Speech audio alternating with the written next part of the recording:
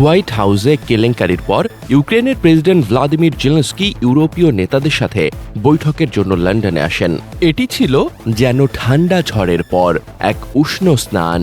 European নেতারা কিয়েভের পাশে থাকার অঙ্গীকার করেছেন, তবে সমস্যা হল এই সহায়তার মূল উৎস কিন্তু যুক্তরাষ্ট্র। ফ্রান্সের প্রেসিডেন্ট ইমানুয়েল ম্যাক্রো বলেন, ইউরোপকে অবশ্যই নিজেদের স্বকীয়তা রক্ষা করতে হবে। খুশি মনে পরমুখাপেক্ষী হয়ে থাকার বিরুদ্ধে তার অবস্থান। কিন্তু প্রশ্ন হচ্ছে, ইউরোপ কি আসলেই মার্কিন নির্ভরশীলতা থেকে বেরিয়ে আসতে পারবে? 1966 সালে চার্লস দ্য গল ফ্রান্সকে ন্যাটোর সামরিক কাঠামো থেকে বের করে এনেছিলেন। তখন বিশ্ব রাজনীতিতে ফ্রান্সের একটি গুরুত্ব ছিল। কিন্তু এখনকার ইউরোপ মার্কিন নির্ভরতা ছাড়া কি তারা টিকতে পারবে? ডোনাল্ড ট্রাম্প বলছেন, ইউরোপের রাশিয়া নিয়ে কম চিন্তা করা উচিত, বরং অভিবাসী অপরাধ, মাদক ব্যবসা আর সামাজিক বিশৃঙ্খলার দিকে নজর দেওয়া উচিত। কিন্তু সাম্প্রতিক ঘটনাগুলো বলছে, ইউরোপের শাসকরা দীর্ঘদিনের রাশিয়া ভীতি ছাড়তে এখনো প্রস্তুত নয়। হাঙ্গেরি, স্লোভাকিয়া, রোমানিয়ার মতো দেশগুলো রাশিয়ার সাথে সম্পর্ক উন্নয়নের চেষ্টা করছে। ব্রাসেলসের নির্দেশ মানতে তাদের অনীহা বাড়ছে। ইউরোপের মধ্যে বিভাজন একদম স্পষ্ট।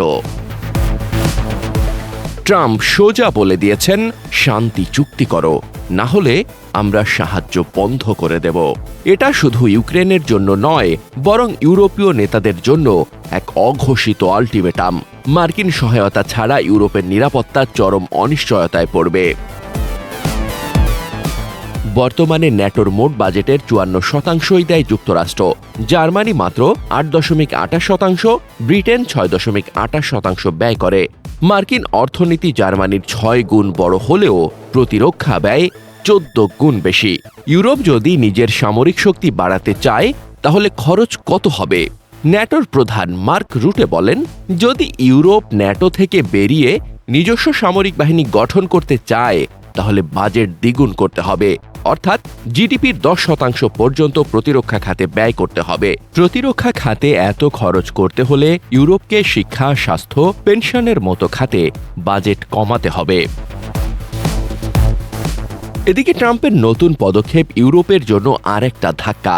ইউরোপীয় পণ্যের ওপর 25% শুল্ক বসানো হয়েছে। ইউরোপের সাথে মার্কিন বাণিজ্য ঘাটতি ইতোমধ্যেই $236 বিলিয়ন পৌঁছেছে। একদিকে রাশিয়ার সাথে শত্রুতা, আর একদিকে আমেরিকার সাথে বাণিজ্য যুদ্ধ।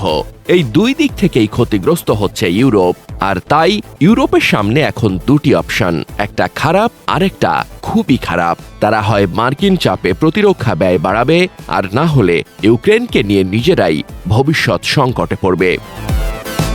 এই অবস্থায় ইউরোপ কি আমেরিকার ছায়া থেকে বেরিয়ে স্বনির্ভর ইউরোপ গড়ে তুলতে পারবে, নাকি আমেরিকা আর রাশিয়ার আধিপত্য আর চীনের উথারের মাঝখানে হারিয়ে যাবে ইউরোপের আভিজাত্য?